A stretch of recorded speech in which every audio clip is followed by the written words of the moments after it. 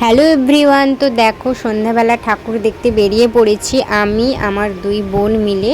তো চলো দেখাচ্ছি মন্দিরটা কি সুন্দর করে সাজিয়েছে, দেখো শুধু। তো এই হচ্ছে আমাদের পুজো প্যান্ডেল।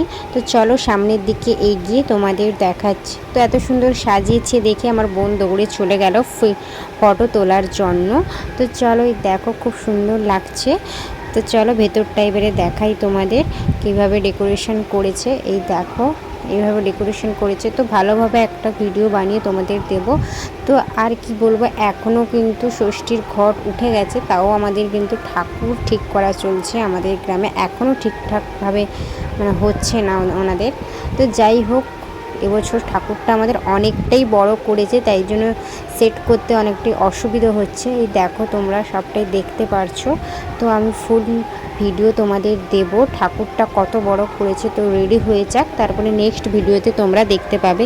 এই দেখো আমাদের তিনজনকে কেমন লাগছে অবশ্যই কমেন্ট করিয়ে জানিও। আমাদের ষষ্ঠীর লুক হচ্ছে এটা। তো চলো দেখা হচ্ছে নেক্সট ভিডিওতে, টাটা।